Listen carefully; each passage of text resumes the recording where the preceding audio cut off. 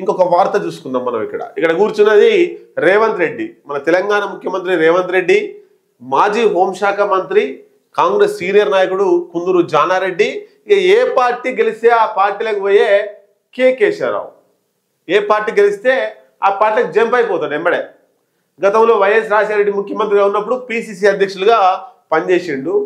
ఇక కాంగ్రెస్ ప్రభుత్వం రాగానే కాంగ్రెస్ ప్రభుత్వం రాగానే వైఎస్ రాజశేఖర కాంగ్రెస్ పార్టీలో ఉంటూ టిఆర్ఎస్ పార్టీ అధికారంలోకి రాగానే జంప్ అయిపోయిండు.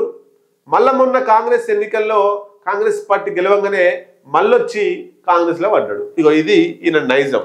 ఈయనకు మరి ఈయనకన్నా ఏముండదు, పార్టీలు మారేటోళ్ళకి ఏమో అనిపేది ఇజ్జత్ మానం అనేది రాజకీయాలలో. మరి తీసుకుంటోళ్ళకన్నా కేసీఆర్కు రేవంత్ రెడ్డి కన్నా ఏమైనా ఉండాలి కదా, ఆయనకు ఉచితంగా లేకపోతే తీసుకుంటోళ్ళకి ఉండాలి కదా, జనాలు ఏమనుకుంటారో అని చూసి. అయితే ఈ ముగ్గురు మీటింగ్ పెట్టిర్రు. దేనికోసం పెట్టిర్రు?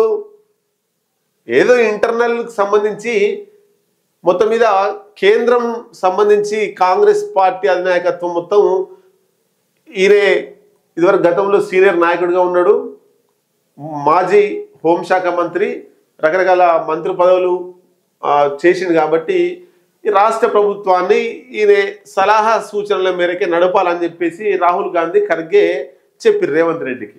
కాబట్టి ఏ డౌట్ వచ్చినా ఆయన దగ్గరికి పోతారు రేవంత్ రెడ్డి.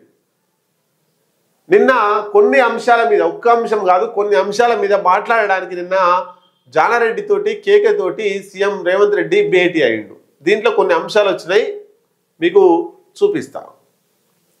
సభల్లో కేసీఆర్కి సంబంధించి మొన్న మీటింగ్ జరిగింది కాబట్టి దానిపైన కాంగ్రెస్ పై కేసీఆర్ అక్కసు, సభల్లో విమర్శలు చేయడం కాదు అసెంబ్లీకి రా.